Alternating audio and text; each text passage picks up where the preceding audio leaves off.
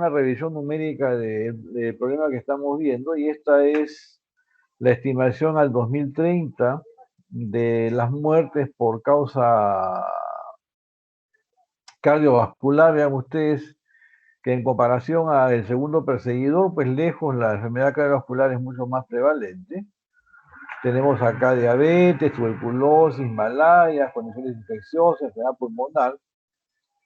Por supuesto que esto fue antes de la pandemia en la que estamos inmersos en este momento, pero a pesar de que el segundo perseguidor está bastante lejos, sabemos hoy día de que los tratamientos del cáncer generan la gran mayoría de ellos enfermedad cardíaca y el paciente ya no fallece de cáncer porque el cáncer hoy en día se puede curar si se detecta precozmente, el paciente muere por las consecuencias del daño cardíaco del tratamiento del cáncer, o sea, va a contribuir también con esta mortalidad que estamos viendo como la primera causa. Los mapas están de moda ahora sobre las prevalencias y vean ustedes que si hablamos de prevalencia, enfermedad coronaria y enfermedad cerebrovascular, mortalidad, nuestro país tiene incidencia, prevalencia similar a otras realidades como Canadá, Estados Unidos, Australia, Europa Occidental o Sudáfrica. Ideal sería parecernos en otros aspectos, ¿no? Como tecnología, cultura, poder monetario, pero nos parecemos en enfermedad vascular aterosclerótica. En nuestro país, la sexta causa de muerte de las primeras 25 enfermedades químicas del corazón, estos son datos consolidados hace algunos años, es lo más reciente consolidado que hemos encontrado. La hipertensión arterial de lejos es la condición, el factor de riesgo más prevalente.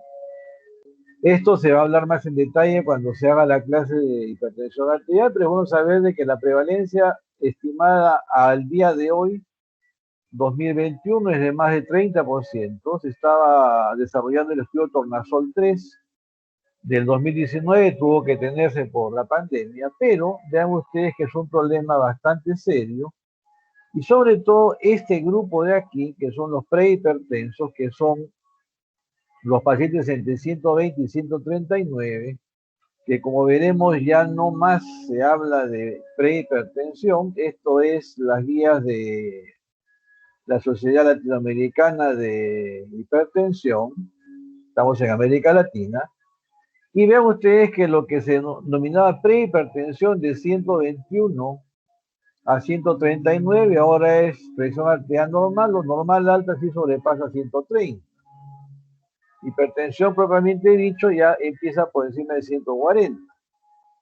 Entonces, a pesar de todo el avance que hay, la evidencia y todo lo demás, vean ustedes que desde la definición tenemos problemas de que no nos ponemos de acuerdo sobre las cifras de normalidad y las cifras de cuando empieza a aparecer la patología. Pero el problema serio es de que las personas que saben que son hipertensas son menos de la mitad, a pesar que hubo una mejoría en el Tornasol 2, siguen siendo menos de la mitad. Los que se tratan menos de 25%, y los que están adecuadamente controlados eran solamente 15%, subió a 20%, entonces todavía tenemos un 80% de pacientes que no están adecuadamente controlados. Aquí tenemos una gran tarea por delante. Y el problema es de que si hablamos de las definiciones, vean ustedes que con 135-85, que es la definición actual de hipertensión cuando se hace por el estudio de automonitoreo, o sea, la medida que el paciente se hace en casa, o el mapa monitoreo ambulatorio de presión arterial de 24 horas, las cifras diurnas, ya tenemos el doble de mortalidad cardiovascular, un metaanálisis de 61 estudios, más de 1 millón de pacientes. Entonces, la pregunta es, ¿por qué voy a esperar que el paciente llegue a 135-85 para recién diagnosticarlo y empezarle un tratamiento? Esas son preguntas controversias que hacemos siempre en los eventos y todavía no hay, digamos, un acuerdo. Los americanos han bajado la cifra a 120, pero nadie le hace caso. Igual todos siguen dando tratamiento por encima de 140. Pero si hablamos de números, los números son estos. Y definitivamente la hipertensión no solamente mata, sino que deja discapacidad. la primera causa de discapacidad, hipertensión arterial. Y las condiciones que vienen con la hipertensión arterial, llámese uso de tabaco, uso de alcohol excesivo, dietas inadecuadas, elevado índice de masa, obesidad, problemas con glucosa, obesidad en la infancia, algo muy peligroso en estos medios. Mi hijito está sanito porque está gordito, es el que va a estar con hemiplegia cuando tenga 40 años. Entonces vean ustedes que muchas condiciones identificables en nuestra población de la ectoscopía, obesidad, se asocian con hipertensión y hipertensión con discapacidad. Y ni hablar pues del costo que significa una discapacidad secundaria a la hipertensión arterial. Es muy importante conocer que si intervenimos normalizando la presión arterial por cada 2 milímetros de la presión, de reducción de la presión sistólica media, en promedio, se reduce el 7% de la mortalidad por enfermedad coronaria y 10% de la mortalidad por accidente vascular cerebral. Metaanálisis, 61 ensayos, 1 millón de adultos seguidos y 12.7 actos médicos, o sea, seguimiento a personas año. Hablamos pues de que hay un impacto muy importante si normalizamos la presión. Desde ensayos muy antiguos del año 70, observen ustedes un régimen basado en un diurético y hidralacina, ahora no se usa esto como primera estrategia. Las cifras de eventos acumulados, vean ustedes la gran diferencia que hay cuando se interviene farmacológicamente para controlar la hipertensión arterial. Concepto importante a tener en cuenta. Si hablamos de una condición bastante prevalente en la actualidad, enfermedad coronaria, este es un registro peruano, el estudio REANIMA 2, estamos en el Perú, hay que hablar de números nacionales.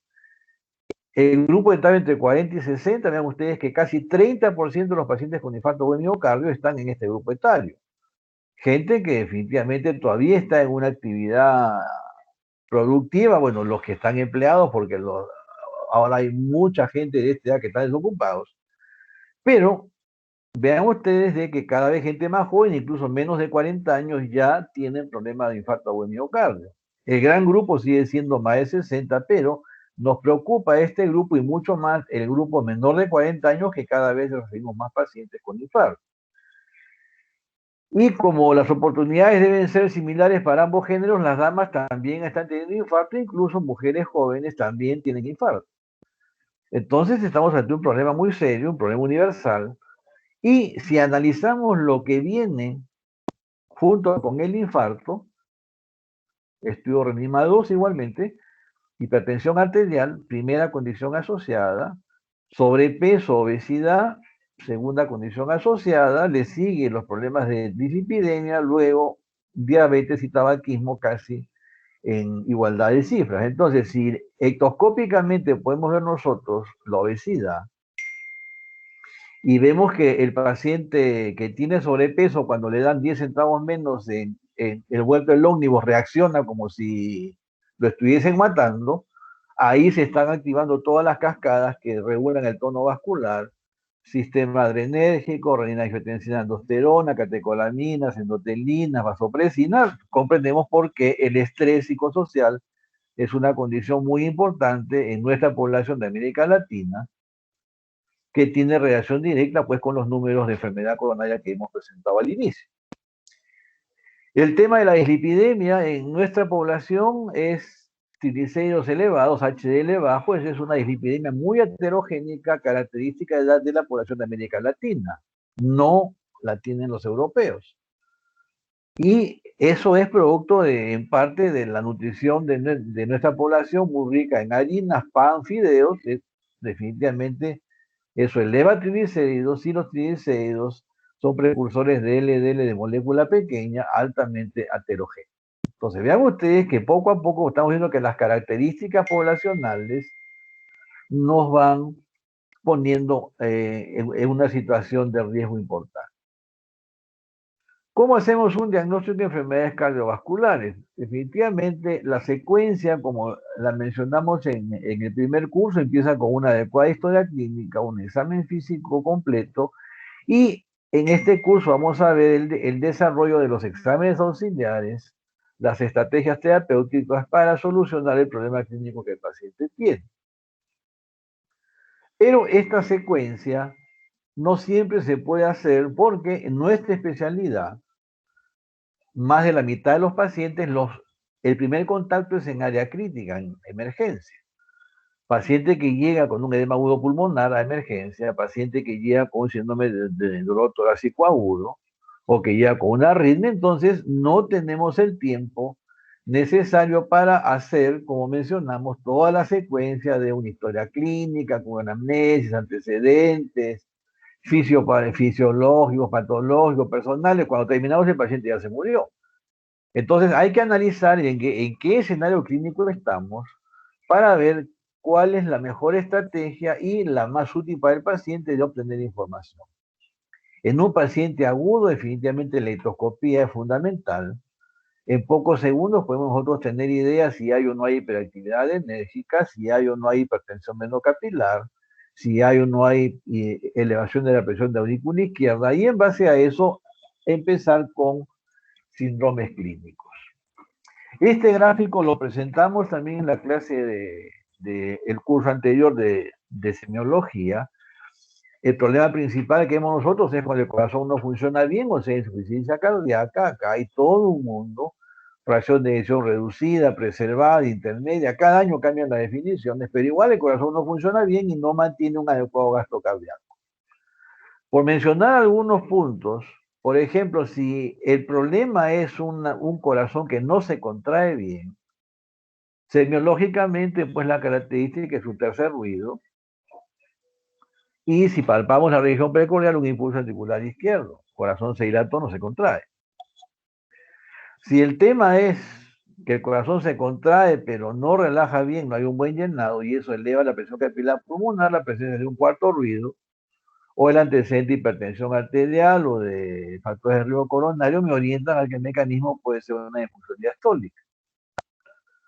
La ocultación de un soplo nos orienta a que el problema es una alteración estructural de válvulas o una alteración congénita de nacimiento. Y si el pulso es irregular o la ocultación nos muestra ruidos cardíacos, pues valga la redundancia, irregulares, el mecanismo es una arritmia. Entonces, en paciente agudo, vean ustedes que un sonido, una irregularidad de los sonidos cardíacos o la percepción de un soplo nos va orientando al posible mecanismo, y en base a eso empezamos a hacer nuestra presunción diagnóstica. Entonces, en el primer curso vimos que la anamnesis seguía al examen físico y hacíamos una presunción diagnóstica. Ahora, para completar la secuencia, pues tenemos que hacer un plan de trabajo en los resultados de los exámenes que solicitamos. En base a esto, confirmamos la presunción diagnóstica, la descartamos o hacemos una nueva presunción diagnóstica e iniciamos una terapéutica. La terapéutica mejora o no al paciente, eso lo vemos en la evolución médica. Y muy importante, el personal que está con el paciente en las 24 horas, porque nosotros no estamos todo el día frente al enfermo, está las 24 horas, es imposible, todos los días más imposible aún, pero el personal de enfermería en los diferentes turnos sí nos pueden dar qué pasó con el paciente cuando nosotros no estamos. Por eso es muy importante de la historia clínica revisar las notas de enfermería, porque a veces aquí encontramos las respuestas a las preguntas que nos hacemos. ¿Qué pasó con mi paciente? ¿Por qué no mejora? Entonces, porque muchas veces yo indiqué una terapéutica, el medicamento no se consiguió, no hay en farmacia, y yo asumo que le han dado lo que indiqué, pero en la nota de enfermería veo que no se aplica porque no llegó el medicamento, no hay en farmacia, entonces ya sé por qué el paciente no mejora o por qué empeoró. Si el paciente tuvo un accidente, hizo una arritmia de alta frecuencia, va a estar documentado en la evolución de enfermería. Universalmente, lo que ocurre en el día está escrito en azul, lo que ocurre por la noche está escrito en rojo. No es que se olvidaron el lapicero, sino que así es la convención de las evoluciones de enfermería. Nadie es dueño de la verdad ni el conocimiento, entonces si no conocemos algo debemos interconsultar, pedir opinión a un especialista o a alguien que sabe más que nosotros, eso no nos hace menos, nos hace sí, definitivamente, dar un mejor servicio a nuestro paciente y obviamente pues recuperar la salud. Finalmente, todo lo que pasó con el paciente en la hospitalización debe estar en la epicrisis, y este es un documento importante porque si transferimos al paciente a otra institución o si el paciente desea tener un documento que debe ser, sin que lo solicite, entregado, aquí está todo lo que pasó con el paciente durante el proceso diagnóstico terapéutico en el hospital. Pero hay una hoja, que hemos puesto la hoja 0, que es la gráfica de las funciones vitales, que es lo primero que encontramos cuando abrimos la historia, una hoja que parece papel logarítmico o milimetrado, donde tenemos en una vista rápida presión arterial, frecuencia cardíaca, temperatura, diuresis, peso, por si hizo deposiciones o no. En una vemos cómo evolucionó nuestro paciente. Entonces, no se olviden, lo primero que tenemos que evaluar es cómo están las funciones vitales cuando empezamos a realizar las historias clínicas de los pacientes.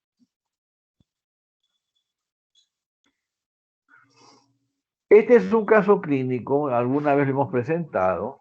Estamos en la sala de emergencia, llega un paciente con un edema pulmonar, paciente no puede respirar, está con gran dificultad respiratoria. La pregunta es cómo hago una historia clínica completa, en este caso, cómo hago un examen físico, cómo hago un último plan de trabajo. Me interesará preguntarle si es que cría animales, si le decís que la casa tiene luz, si lo vacunaron cuando era niño, si sacaba buena nota en el colegio, si se peleaba con los amiguitos. Definitivamente, pues probablemente no. Y si el paciente encima está con los pulmones como está aquí, cuando terminamos ya no hay paciente. Entonces, y recordar de que un diagnóstico adecuado significa una óptima decisión terapéutica, que si es errónea en paciente agudo, puede ser la muerte del paciente o una complicación a veces no reversible. Entonces, en estos casos, si hablamos de cardiología, primero, hay o no hay manifestación de tipo vegetativo, es decir, palidez, sudoración, frialdad distal, ya me dice que algo está pasando, algo serio está pasando. Si a eso le sumo solamente palpar la onda de pulso y el pulso es filiforme, ya sé que el gasto cardíaco está reducido. No he hecho ningún procedimiento, ni de imagen, ni indirecto, y ya puedo decir el gasto cardíaco está reducido. Si yo veo que el paciente tiene tiraje supraesternal, tiraje supraclavicular, si ya se descubrió el tórax, tirajes intercostales, sé que algo serio está pasando en los pulmones. Si hablamos de insuficiencia cardíaca, eso es hipertensión venocapilar pulmonar. Puede ser que sea una bula que se ha roto, un neumotórax a tensión espontáneo, puede ser. Pero en nuestra especialidad, hasta que no se demuestre, eso es hipertensión venocapilar pulmonar. Si adicionalmente siento yo como una crepitación, como cuando uno frota los cabellos, que a veces se puede percibir hasta sin estetoscopio, no hay duda que hay hipertensión venocapilar, o inclusive hasta que ya tenemos un edema alveolar. Si cuando le miramos el cuello, vemos que la yugular está muy ingurgitada, muy plétora y no se colapsa con la inspiración, probablemente la presión de la aurícula derecha está incrementada. Si la vena yugular colapsa con la inspiración, eso me dice que la presión de la aurícula derecha está normal y que probablemente el diagnóstico no es cardiológico. Entonces hay pequeños datos de electroscopía que ya uno puede ir armando una presunción diagnóstica en pocos minutos o en pocos segundos. Mientras tomo la presión arterial, puedo ir preguntando, y de los antecedentes que me interesan, primero, si eso no, si el paciente sabe que tiene una patología cardíaca. Si hay antecedentes mayores, por frecuencia, hemos mostrado que las cifras apuntan a que lo más frecuente es enfermedad coronaria. Entonces, el paciente tiene factores condicionantes para enfermedad coronaria o no. Es hipertenso, es diabético o fuma. No me interesa saber si es que cría gatos. Por supuesto que cuando ya se compense, le pregunto si cría gatos y me dice que sí, es posible que haya hecho una toxoplasmosis, una miocarditis por toxoplasma, y esa sea la causa de la insuficiencia cardíaca. Pero en fase aguda, pues definitivamente como que no es lo que debo preguntar.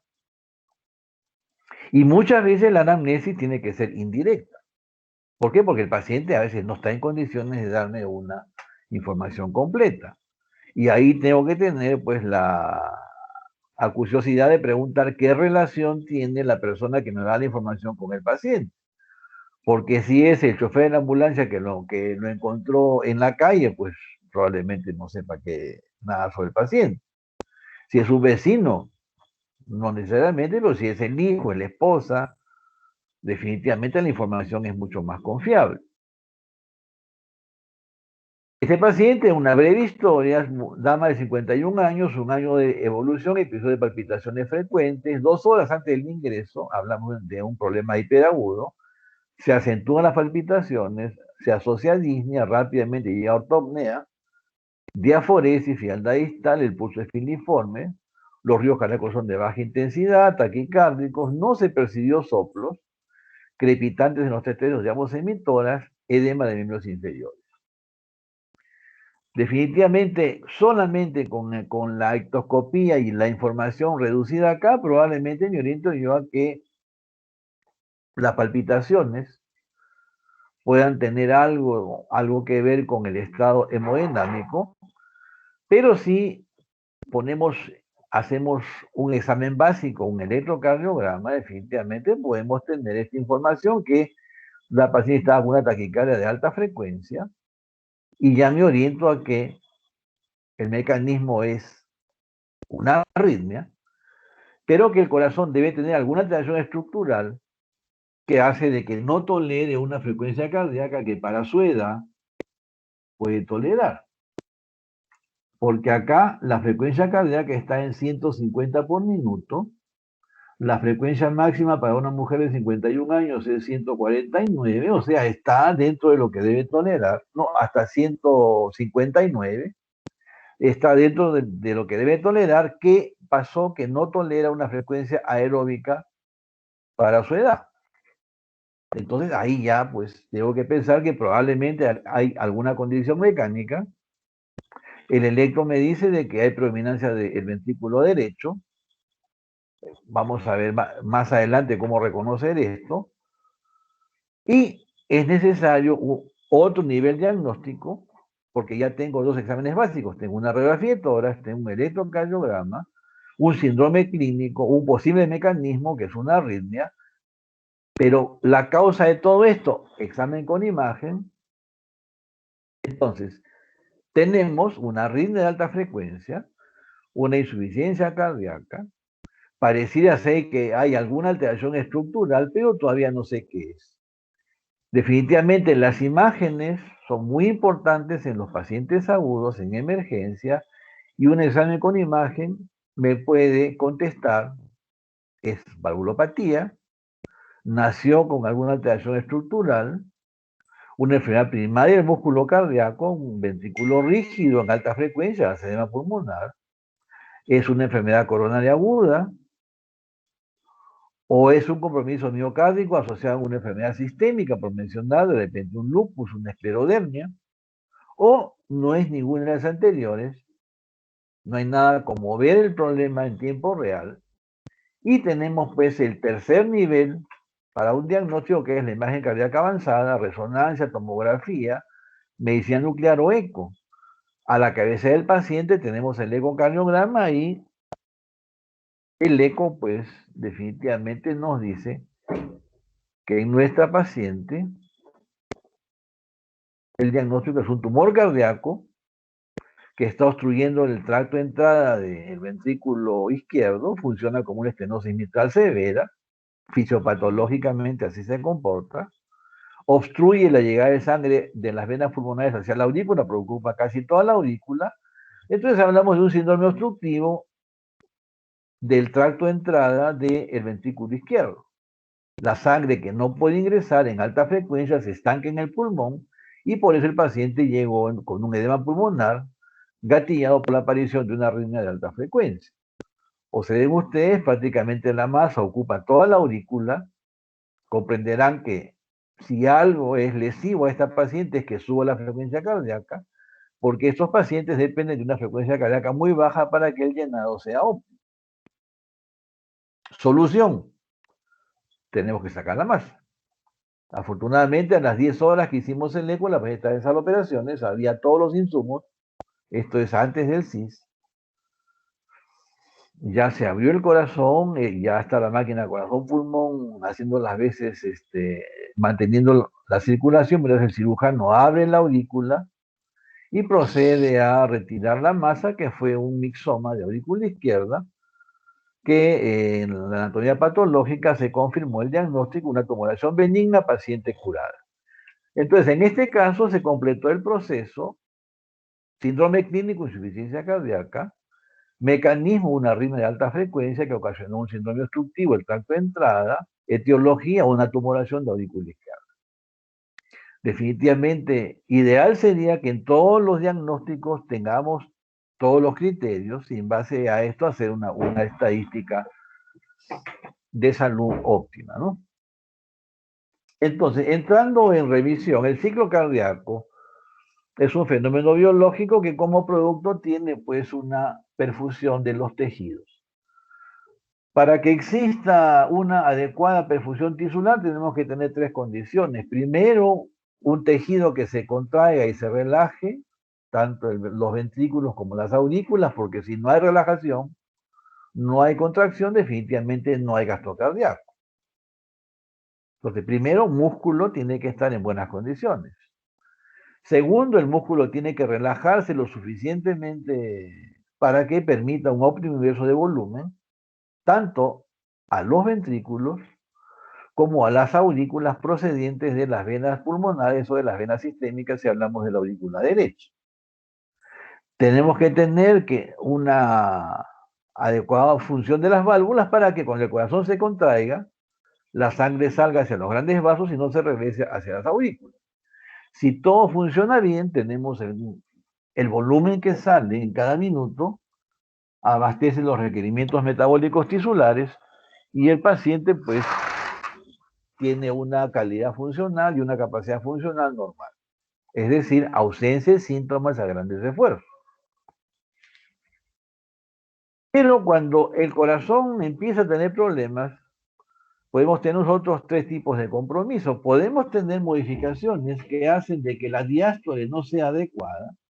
En este caso, el ventrículo se engrosó, la cavidad es pequeña, este miocardio gasta más combustible, no se relaja bien y una elevación aguda de frecuencia cardíaca puede gatillar insuficiencia cardíaca. O una pérdida de la contracción auricular por una fibrilación auricular, edema pulmonar.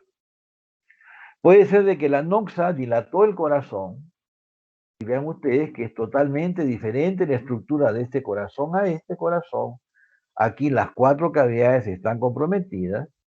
Este es un caso de una cardiopatía dilatada, secundaria a una sobrecarga de volumen que ya afectó también las cavidades derechas. O puede ser que el problema empiece y comprometa fundamentalmente las cavidades derechas. Y vean ustedes en este caso que la forma y función de las cavidades derechas altera la forma y función de las izquierdas. Esto se llama situación de interdependencia. Entonces, cuando hablamos de la contribución de las imágenes a nuestra precisión diagnóstica, es que nos dicen qué problema hay acá. Ahora, yo no sé por qué el músculo acá está engrosado. Puede ser una miocardiopatía hipertrófica primaria, puede ser un hipertenso, o puede ser una estenosis aórtica, porque en esta vista no estoy viendo la válvula aórtica. Acá puede ser que sea una sobrecarga de volumen por insuficiencia mitral, que no parece, por insuficiencia aórtica, por un conducto arterioso, o puede ser un daño primario del músculo cardíaco. Entonces, por eso es que yo tengo que hacer previamente la anamnesis, en donde voy a detectar las posibles condiciones que llevan a este fenotipo de insuficiencia cardíaca. Hablé de que si el paciente criaba gatos, las miocarditis que produce el toxoplasma, al corazón lo dejan como esto acá, corazón dilatado, hipocontráctil, entonces un antecedente de una costumbre del paciente criar gatos puede ser la pauta para el diagnóstico. Por supuesto que si yo tengo el antecedente epidemiológico, el paciente cría gatos, voy a pedir serología para toxoplasma, voy a pedir un fondo de ojo y voy a tener las lesiones características en la retina de la toxoplasmosis y ya hice mi diagnóstico.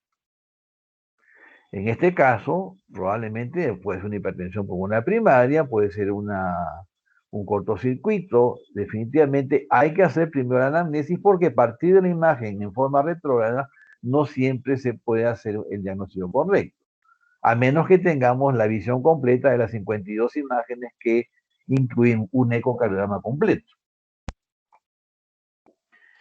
El examen clínico, les mencioné de que la palpación de un impulso ventricular izquierdo me puede orientar a que el mecanismo es una disfunción sistólica. La ocultación de un sonido anómalo, un soplo, o un chasquido, o un clic, me puede orientar a que puede ser elevada presión en alguna cavidad, o puede ser una alteración estructural como una lesión valvular, un cortocircuito. Pero tenemos que tener presente que el examen tiene que ser completo. Porque, por ejemplo, si el paciente tiene dextrocardia, los focos de ocultación pues no son estos. Si el paciente tiene el corazón dilatado, los focos también cambian de posición, porque si yo oculto a este paciente, la posición de los focos ocultatorios no es la misma posición que si oculto a un paciente que tiene el corazón dilatado. Entonces yo tengo necesariamente que ir primero a la inspección, a la palpación. Ya casi no se hace percusión cardíaca, pero en casos de duda, la determinación de la matidez cardíaca, que debe estar borde paraesternal derecho, línea medio clavicular, segundo espacio, no más el quinto espacio, está en una área mayor del tórax, definitivamente eso me dice que el corazón posiblemente está dilatado. Entonces, cuando hago la palpación, definitivamente ya voy a discriminar si se alzan los dedos, ventrículo izquierdo, si se alza el dorso de la mano, ventrículo derecho. Y si el choque de punta está desplazado hacia abajo y hacia afuera, ya sé que el foco mitral no está pues en donde el libro dice, sino que posiblemente está un poco más abajo. El foco tricúspide también cambió de ubicación. O si el impulso es derecho, es posible que el foco pulmonar esté desplazado algo hacia la línea media. Entonces, vean ustedes de que la secuencia del examen clínico es importantísima cuando evaluamos pacientes que tienen patología cardiovascular.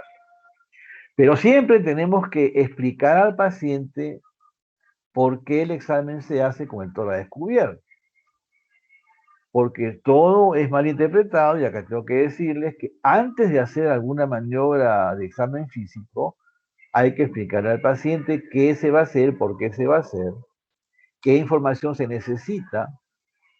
Porque si, por ejemplo, es una dama, señora, desvístase usted y yo me pongo a ver si hay malformaciones torácicas, a palpar el tórax y la familia está con el celular, fíjese, el doctor, ¿qué está haciendo? El doctor está haciendo un examen cardiovascular adecuado y completo, pero el paciente y la familia no saben esa secuencia. Por eso tengo que explicarles yo. Y la secuencia es importante por lo que les muestro acá. O sea, el soplo que yo puedo percibir en el área mitral en este paciente puede ser el área tricuspide en este otro paciente.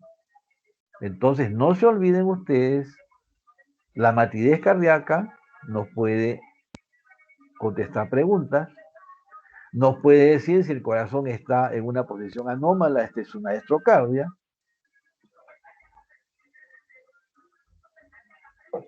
Pasamos a otro nivel.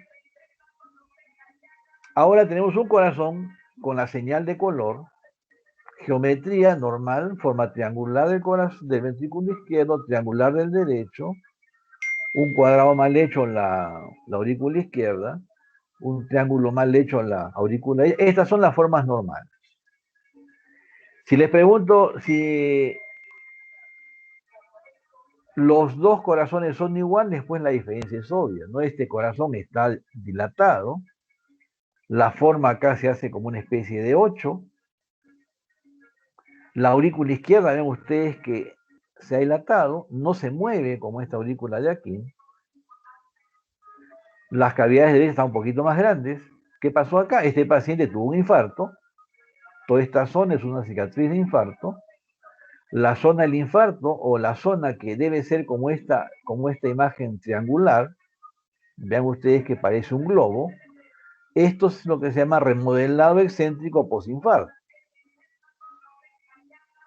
La pregunta es ahora, ¿en qué se parecen estos pacientes? ¿Cuál es la semejanza? Bueno, los corazones tienen 4 cavidades, son corazones humanos, los dos están latiendo, pero la pregunta es, ¿este paciente podrá salir a hacer trote matinal? Por supuesto que sí, probablemente, no sé si tenga síntomas, pero este paciente garantizado que no va a poder, porque si sale de repente se cae en el camino, o a los 50 metros tiene que detenerse porque va a tener una gran dificultad respiratoria. La pregunta es, ¿qué pasó? Vamos retrógradamente y vean ustedes la similitud. Paciente, primero las diferencias, paciente asintomático, paciente sintomático. Acá el síntoma es insuficiencia cardíaca, acá asintomático, pero ¿en qué momento? Cuando está en reposo, cuando está en un esfuerzo máximo, cuando está en estrés, entonces yo no puedo poner las manos al fuego que este paciente está sano.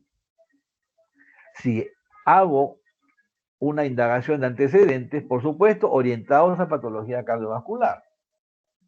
Antecedente de hipertensión arterial, diabetes, dislipidemia, hipertensión arterial, diabetes, dislipidemia.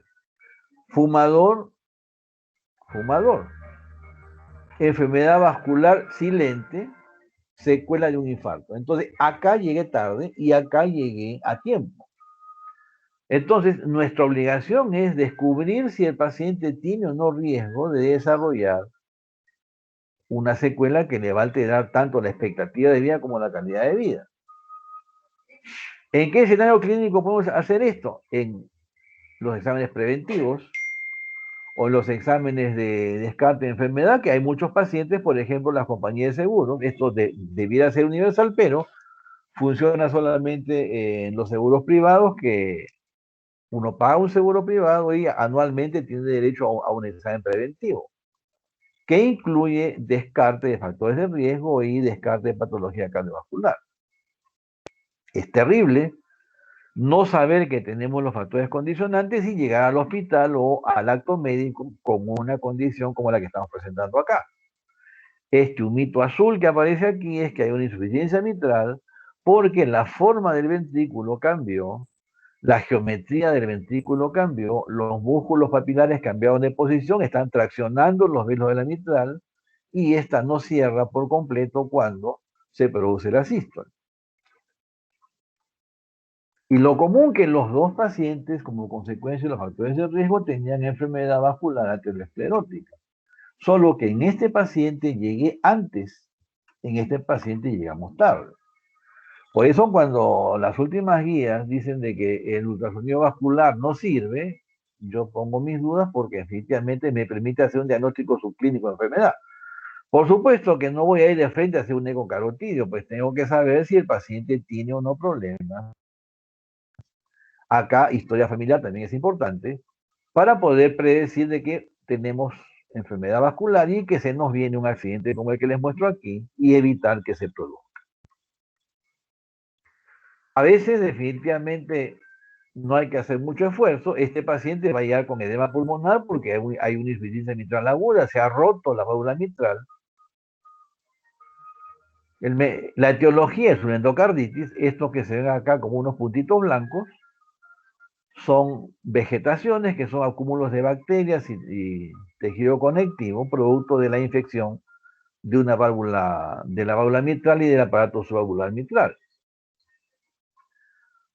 Otra etiología, este es un taponamiento cardíaco, un paciente con una neoplasia pulmonar, un tumor en el pulmón, esta es la cavidad pleural con derrame, la cavidad pericárdica, el tumor por vecindad ha invadido el pericardio, ha generado inflamación, derrame pericárdico, el derrame aumentado y está colapsando las cavidades del corazón. Desde que vemos esta imagen ya sabemos que tenemos que drenar, punzar, porque si no, simplemente se muere el enfermo. Lamentablemente, si yo veo una tumoración que ha invadido pericardio, ya sé que el pronóstico es bastante sombrío.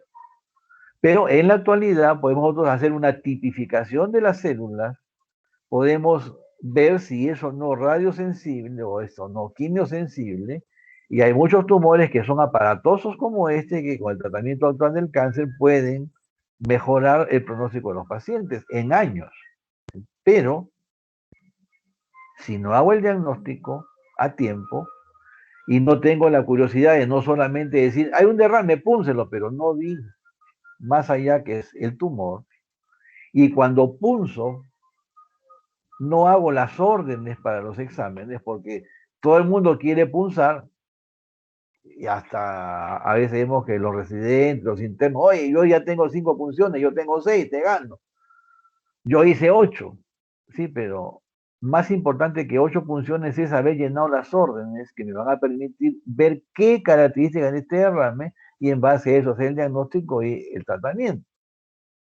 Me ha sucedido más de una vez que cuando llego al hospital a pasar la visita, mi informe residente, o toda la noche hemos hecho una pericardiocentesis y te digo, ¿y qué salió en el análisis del derrame? Ah, la verdad que yo dejé el derrame ahí. No, ¿qué salió? No es que yo le... No, ¿qué salió en el derrame? Es la pregunta. No, ¿qué salió en el derrame? No, no sé, parece que lo han botado. Entonces, ¿para qué punzaste? Por gusto. Tan importante como punzar es hacer las órdenes. Por eso cada uno tiene un rol en el diagnóstico. Si hoy día me tocó punzar, bueno, escribo las órdenes y no me tocó punzar. Para la siguiente ya punzaré. Pero más allá del acto médico de punzar, está la vida del enfermo.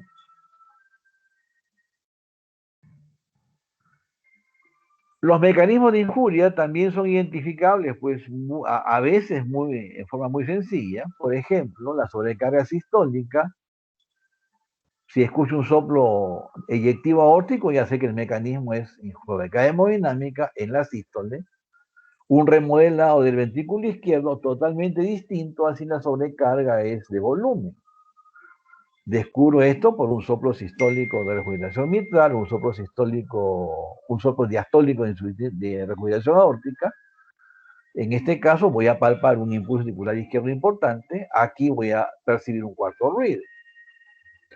Puede ser que tengamos pérdida de miocitos localizada, un infarto o un miocardio, o una pérdida masiva, en este caso una secuela de una miocarditis, todo el miocardio está afectado, o a veces pues tengo que hacer infinidad de exámenes para llegar a una enfermedad rara, una amiloidosis primaria que es del grupo de las miocardiopatías infiltrativas. Hay una clase de enfermedades miocárdicas que a veces diagnosticar esta condición es muy difícil, pero produce estados hipercoagulables como el que ven acá, un trombo en la aurícula izquierda, que gatilló un accidente embólico que acabó con la vida de este paciente. Otra que tenemos que tener presente es de que la enfermedad cardíaca no es estática en el tiempo. Si no corregimos a tiempo los mecanismos que llevan a enfermedad, en este caso, lo presentamos en el Congreso Mundial de ECO en 2008, esto fue en Cartagena. El modelo para la hipertensión arterial, si yo no controlo la presión, si no normalizo la presión arterial con medicamento, con ejercicio, con dieta, normalizando el peso corporal, o sea, con toda la estrategia de manejo de hipertensión, va a engrosar la pared del ventrículo, se va a afectar la aurícula izquierda, se va a dilatar la aurícula izquierda, va a perder el ritmo normal, va a aparecer fibrilación auricular, trombosis de orejuela, accidente cerebrovascular, o se dilata el corazón, coinciden factores de riesgo, un infarto de miocardio, edema pulmonar, y al final del camino, pues el paciente acaba con una miocardiopatía dilatada. Por supuesto de que lo que yo voy a solicitar de los exámenes auxiliares no es lo mismo cuando estamos con hipertrofia, cuando ya se perdió el ritmo sinusal normal, o cuando ya percibo un impulso ventricular izquierdo, o cuando el paciente viene refiriendo dolor torácico, o si el paciente viene pues ya a una clase funcional 4. muy deteriorado, tanto los signos semiológicos, los síntomas del paciente varían y las estrategias de manejo son diferentes.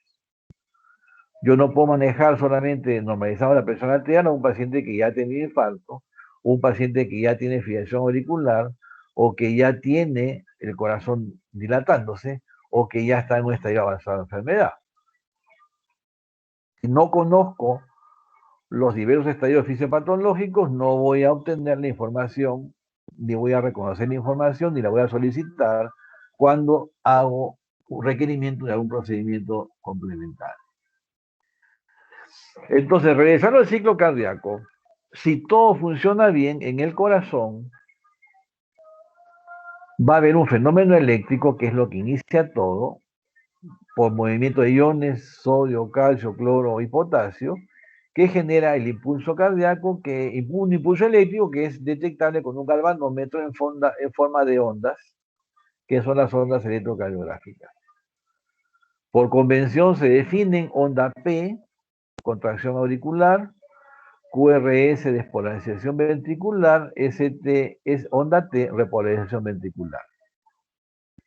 La sístole empieza con la despolarización del ventrículo, termina con el final de la onda T, a que empieza la diástole, fase de llenado rápido, diastasis, sístole auricular y la siguiente sístole. Si solamente vemos el electrocardiograma, pues, oye, pero ¿de qué está hablando el doctor? ¿No? Entonces, tengo que tener el concepto de que esto expresa fenómenos hidráulicos y hemodinámicos que ocurren en las cavidades del corazón. Esta es una curva de presiones de la aurícula izquierda, o la derecha es bastante parecida a la curva de presiones, y vean ustedes que dependiendo del momento del ciclo cardíaco, la magnitud, porque acá tenemos milímetros de mercurio o voltaje, varía. Este es el tiempo. Esta es la curva de presiones del ventrículo, que vean ustedes que tiene una forma totalmente diferente, una magnitud de presiones diferente a la presión de la aurícula. Por momentos es menor que la de la aurícula, en otros es notoriamente mayor y nuevamente se hace menor.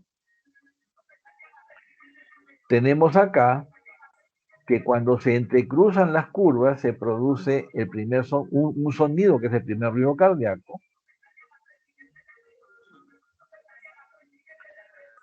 Ahora tenemos la curva de presiones de la válvula aórtica. Observen de que en un momento la curva del ventrículo supera la de la aorta. Obviamente la válvula aquí se abre. El fenómeno es de que sale sangre del ventrículo izquierdo hacia la aorta. Una vez terminada la eyección de volumen, la presión de la aorta cae por debajo del ventrículo, cae por debajo de la aorta, se produce el segundo ruido, si las válvulas funcionan bien, obviamente. La presión sigue cayendo, cae por debajo de la aurícula, la válvula mitral se abre, si es normal, y se producen las ondas de llenado diastólico, fase de activa para el ventrículo porque succiona el ventrículo la sangre, y luego la fase activa para la aurícula porque ocurre la sístole auricular cuando estamos en ritmo sinusal. Entonces, si regresamos nosotros solamente al electrocardiograma, todos los fenómenos que hemos presentado tenemos que tener en mente cuando vemos un electrocardiograma. Por ejemplo, si no veo onda P, yo tengo que pensar de que el volumen con el que contribuye la contracción auricular no entra más al ventrículo. ¿Y ese volumen dónde se quedó? Se quedó en la aurícula, se quedó en las venas pulmonares, y ese paciente probablemente empiece a tener pues, síntomas de congestión pulmonar.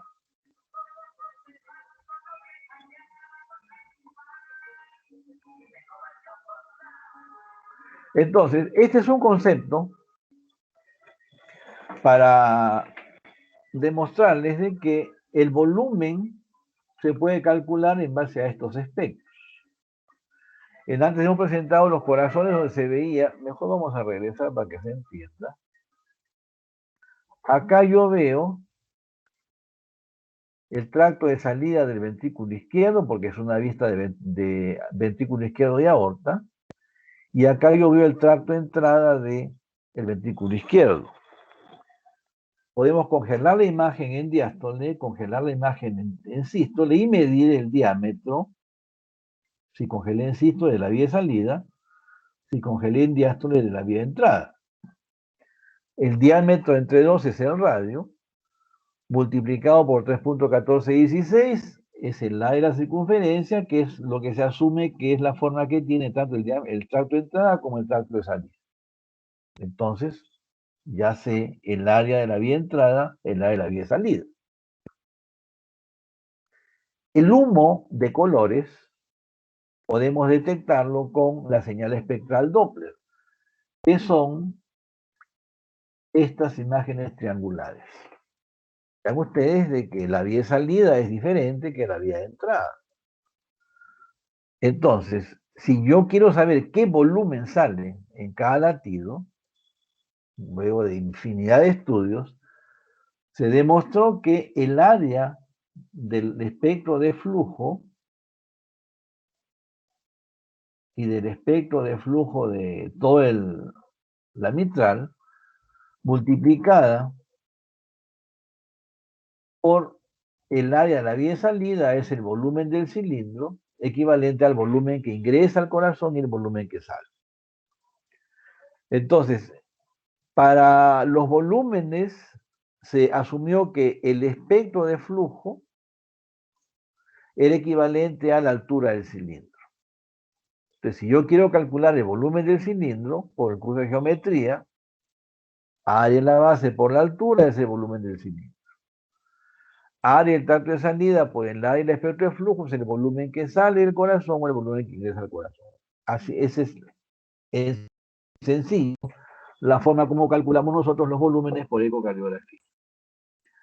Entonces, no se olviden, el ciclo cardíaco es una serie de fenómenos hidráulicos, nosotros podemos determinarlos por la onda de pulso, por los sonidos. En este caso, empezamos con la relajación isovolumétrica, porque ¿qué es primero? Si la sístole o la diástole, es una discusión filosófica que no tiene fin. Parece ser de que lo primero es la contracción, porque cuando aparece el tejido contráctil y empieza a funcionar, el primer fenómeno biológico aparentemente es la contracción. No sabemos si la primera célula miocárdica que aparece en el feto aparece contraída o aparece relajada. Asumiendo que se forma pues en condiciones basales, que es relajación, asumimos que el ciclo cardíaco empieza con la relajación isovolumétrica. Las 4 horas están cerradas, la presión de los ventrículos empieza a caer. Cuando la presión cae por debajo de la presión de la aurícula, se abren las válvulas atrioventriculares y ingresa la sangre por succión activa que consume energía. Por eso es de que cuando tenemos isquemia o hipertrofia, no hay combustible suficiente para que esta función sea óptima y la aurícula tiene que hacer un esfuerzo adicional. Por eso es que tenemos cuarto ruido, que se produce cuando la aurícula se contrae muy enérgicamente porque no ingresó adecuado volumen, porque no hubo una óptima relajación. Se despolariza el ventrículo, complejo QRS, empieza a contraerse el miocardio, empieza a generar presión, todavía están cerradas las 4 válvulas, hasta que se produce la apertura valvular y sale la sangre hacia los grandes vasos, hacia la aorta o hacia la pulmonar. Se produce la onda de pulso, y aquí pues el primer artificio para identificar en qué momento del ciclo cardíaco estamos, palpar la onda de pulso. Si yo palpo el pulso, en seres humanos estamos en sístole, no hay otra.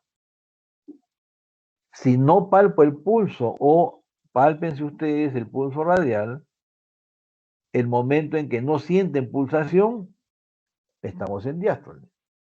Ahora, decir que estamos en relajación isovolumétrica, llenado rápido, diastasis, bueno, ya es pues esotérico. Pero sí, puedo reconocer la sístole o puedo reconocer la diástole. Y en base a eso, identificar cualquier sonido que coincida con la onda de pulso es en sístole, si no coincide es en diástole, así es fácil. Ese es el fundamento para reconocer los diversos tipos de soplos que hay, ¿no? Entonces, no se olviden ustedes, el examen empieza con la inspección, la palpación, la percusión y luego la auscultación. A veces, por ejemplo, en un paciente agudo que está en ortopnea, pues no voy a decir, señor, échese para examinarlo, porque el paciente se ahoga, el doctor me ahoga, pues no puede echar. La palpación con el paciente sentado no es igual, entonces tengo que ir a la auscultación de frente. Pero si hay pues una cardiomegalia muy importante, un gran crecimiento del corazón, aún sentado se puede percibir, pero no es la topografía correcta, ¿no? Lo que les mencioné de la yugular, si la yugular la ven llena como este caso, significa que la presión de la aurícula derecha probablemente está incrementada. ¿Cómo saber si es cierto? Hacemos que el paciente inspire, si cuando inspira no colapsa, casi seguro que la presión de la aurícula derecha está incrementada. Si se colapsa con la inspiración, la presión está normal, a menos que esté limítrofe, y yo sensibilizo palpando el hipocondrio derecho, se produce lo que se llama reflujo hepatoyugular, y en esa condición hago que el paciente inspire otra vez. Si en esas condiciones se colapsa la vena, yo puedo decir la presión de la aurícula derecha está normal. Si no, empezamos a sospechar que alguna condición ha hecho que se eleve la presión de la aurícula izquierda. Los edemas es un punto importante, pero no específico, porque puedo tener una compresión linfática por una neoplasia pélvica y el paciente tiene edemas. Puedo tener un síndrome nefrótico, el paciente tiene edemas, puedo tener infinidad de condiciones que producen edema. Pero si al paciente que le sospecho insuficiencia cardíaca, con el tratamiento baja más de 5 kilos y desaparecen los edemas, ese edema fue de causa cardíaca. Entramos ahora a la revisión de los sonidos. Entonces, los sonidos cardíacos, el primer ruido es el cierre de las válvulas atrioventriculares, el segundo ruido, el cierre de las sigmoideas, tercer ruido, la fase de llenado ventricular rápido, cuando hay sobrecarga de volumen o ventrículo dilatado, y el cuarto ruido se produce por la sístole auricular, cuando el ventrículo no se relajó adecuadamente. Entonces, si nos ubicamos en estas curvas, ya adelanté que el primer ruido ocurre cuando se cierran las válvulas atrioventriculares, el segundo ruido cuando se cierran las sigmoideas, el cuarto ruido cuando la sístole auricular es muy potente y suena como si el primer ruido estuviese desdoblado, en vez de dum suena como trum, y el tercer ruido en la fase de llenado rápido cuando el corazón está dilatado o estados hiperdinámicos como el embarazo, la anemia, o los niños en crecimiento tienen estados hiperdinámicos, puede haber un tercer ruido que es fisiológico. Existen sonidos anormales, como el chasquido de apertura, que es cuando las válvulas vibran porque las comisuras se han fusionado, secuela de inflamación valvular, a veces porfiria reumática, o una fusión genética como una estenosis mitral congénita o una aorta bicúspide. Se producen los chasquidos de apertura, que estos son fundamentalmente en diástole. El clic de eyección es en sístole, pero es un sonido este es prediastólico y esto es presistólico. Y el clic de eyección se produce por vibración de las olas sigmoideas cuando los velos están flexibles y hay elevado gradiente de presión, o sea, presión muy alta en el ventrículo con respecto a la presión del vaso. Los soplos es el otro aspecto a considerar, que se producen porque hay turbulencia de sangre que como expresión acústica se produce cuando una válvula no abre bien, o una válvula no cierra bien, o hay comunicación anormal entre dos cavidades, o hay elevado gradiente de presión, o hay velocidad circulatoria incrementada, o tenemos sobrecarga de volumen. Ejemplo más simple es el embarazo. Los soplos pueden ser en la sístole. Bueno, hay dos tipos: soplo eyectivo, soplo regurgitativo. Eyectivo, característico de estenosis aórtica, es el más común. Esto es un sonido que ocurre porque la válvula no se abre adecuadamente bien. Este gráfico lo presentamos en la clase de semiología. Pero no solamente tener presente de que en estenosis aórtica solamente yo me concentro en el soplo aórtico, sino en las consecuencias en el ventrículo, que es el cuarto ruido, en las consecuencias de la elevación de la presión diastólica final en la circulación pulmonar, que es la presencia de crepitantes cuando el paciente tiene congestión o tiene síntomas, en la consecuencia tardía en la presión de la arteria pulmonar, segundo ruido reforzado, o la aparición de un soplo tricuspidio por dilatación del ventrículo derecho en etapas tardías. Una vez más, la semiología, la evolución no es estática en el tiempo. Van apareciendo signos conforme avanzamos en la evolución de la enfermedad, y en base a esto nos podemos nosotros decir: es un ventrículo que está bien, es un ventrículo que ya lamentablemente no tiene solución. Pero a lo que iba, el soplo ocurre en la sístole, o sea, en este momento. Esta diferencia de posición de la curva de aorta es lo que se llama gradiente de presión. Si la válvula no se abre adecuadamente, el ventrículo tiene que hacer una fuerza mucho mayor de lo normal para abrir la válvula. Si este gradiente es más de 64, hay que operar al paciente.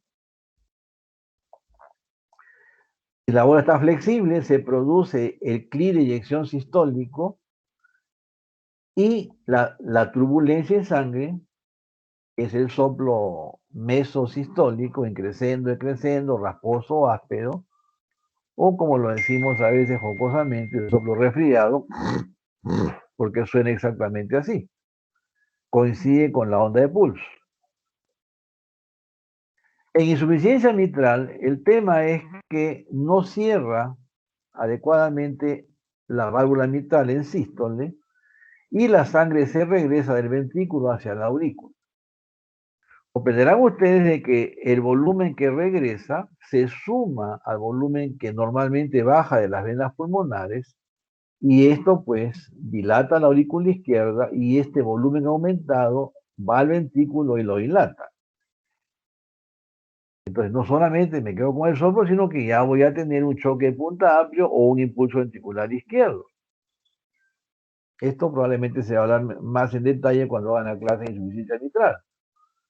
Pero tardíamente se eleva la presión de fin de diástole del ventrículo, se transmite a la aurícula, se transmite al circuito menor, y el paciente empieza a tener crepitantes. O sea, ya no solamente escucho el soplo, no palpo el impulso, sino también escucho los crepitantes en el pulmón. O el segundo ruido reforzado, o el soplo diastólico pulmonar por hipertensión pulmonar severa, o el soplo tricuspidio porque se dilataron las cavidades derechas. Si hablamos de los síntomas, acá el paciente va a tener disnea, aquí va a tener fatiga, llenura precoz, dolor en hipocondrio derecho.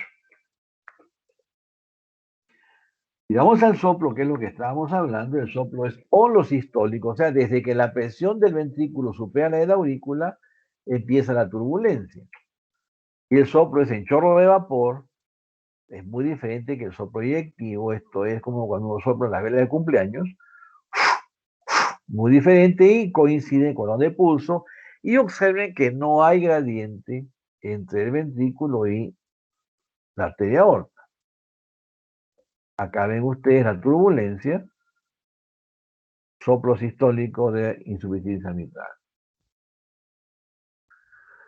Pasamos ahora a los soplos diastólicos, que son de llenado ventricular o soplos regurgitativos.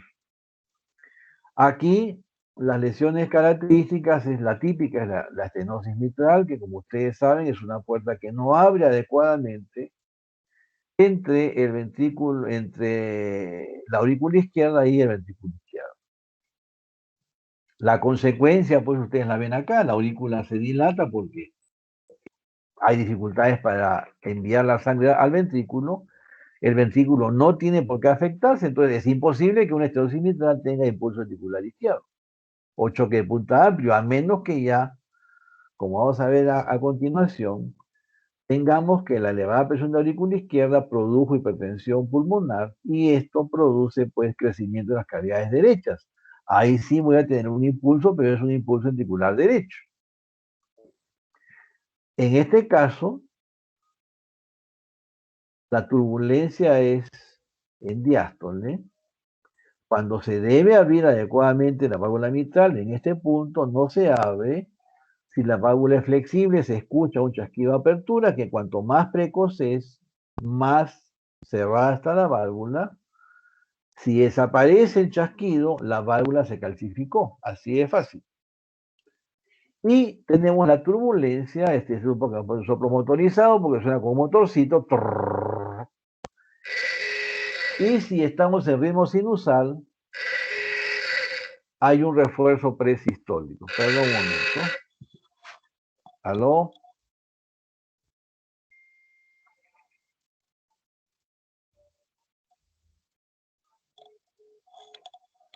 Bueno, se arrepintieron de la llamada. Parece que era un banco, que todos los días llaman los bancos a ofrecer préstamos, menos mal que estamos con las finanzas en azul.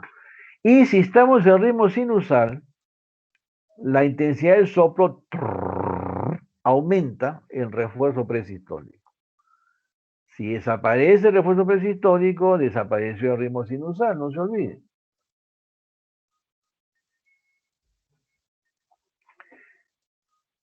Y si las válvulas están flexibles, el primer ruido está reforzado. Entonces vean ustedes de que la semiología ocultatoria me puede decir válvula flexible, o válvula calcificada, o estoy en ritmo sinusal, o la válvula es confirmado que está flexible porque el primer ruido está reforzado. Si el primer ruido no está reforzado, probablemente es una doble lesión y voy a tener un soplo sistólico mitral. Entonces vean ustedes de que cuando no tengo tecnología de imagen, los sonidos me ayudan. Acá lamentablemente vemos una severa insuficiencia tricuspidia porque el paciente con estenosis mitral ya desarrolló hipertensión pulmonar. Eso es lo que mencionamos acá en este gráfico fisiopatológico. Cuando se eleva la presión de la arteria pulmonar, el ventrículo derecho no está diseñado para manejar sobrecargas de presión, se dilata y aparece insuficiencia tricuspidia. Entonces, si ustedes piden un ecocardiograma a un paciente con estenosis mitral y no les dicen cómo está la tricúspide, simplemente el examen no está completo. Y no me permite hacer un adecuado estadiaje de la severidad del daño que tiene mi paciente. Por eso es que es importante tener presente siempre los conceptos fisiopatológicos de cada lesión. Finalmente, la insuficiencia aórtica es el segundo tipo de soplo regurgitativo. Ocurre en diástole. El problema acá, como ustedes saben, es una puerta que no cierra adecuadamente entre la aorta y el ventrículo izquierdo. El ventrículo izquierdo recibe el volumen que se regresa más lo que la aurícula le manda y se dilata y produce pues todos los signos periféricos que conocemos que cuando hablan en la clase de válvula aórtica o en semiología los hablaron, posiblemente los recuerden en la clase de valvulopatía aórtica. Pero el concepto es que esto está presente cuando el ventrículo izquierdo funciona bien. La presión sistólica es alta, 160, 170, mientras la capacidad contráctil del ventrículo izquierdo está conservada. Casos como el que les muestro aquí, que el ventrículo ya no se contrae, la presión sistólica cae y desaparecen casi todos los signos periféricos. Entonces, si yo tengo una insuficiencia aórtica que no tiene signo de Muset, cuidado que es un ventrículo izquierdo que ya está muy dañado. Si no tengo un pulso de Corrigan, definitivamente el ventrículo izquierdo ya está en problemas serios. Tardíamente también hipertensión venocapilar pulmonar, hipertensión pulmonar, repercusión en cavidades derechas. En todas las lesiones, la presencia de hallazgos semiológicos de cavidades derechas, síntomas o signos, indica enfermedad avanzada. Ese concepto es básico. ¿Dónde está el soplo? El soplo está cuando debió cerrarse la válvula aórtica, no se cierra y acá aparece la turbulencia. Este es el soplo, que yo he puesto el soplo veraniego, porque suena como cuando hacemos algún deporte de playa y tomamos algún líquido cuando estamos cansados, porque no cierra adecuadamente la válvula aórtica. Y como hay sobrecarga de volumen, lo que le hemos mencionado acá, recuerdan ustedes el gráfico, volumen regurgitante se suma al volumen que la aurícula izquierda manda, aumenta el volumen que pasa por la aorta queda relativamente estrecha para las dimensiones que tiene el ventrículo y esto produce un soplito sistólico eyectivo que nunca es más de grado 1 o máximo grado 2. Si yo tengo un soplo eyectivo aórtico, 2 o más en presencia de aórtica, mejor es pensar o plantear que estamos ante una doble lesión aórtica, así no nos equivocamos.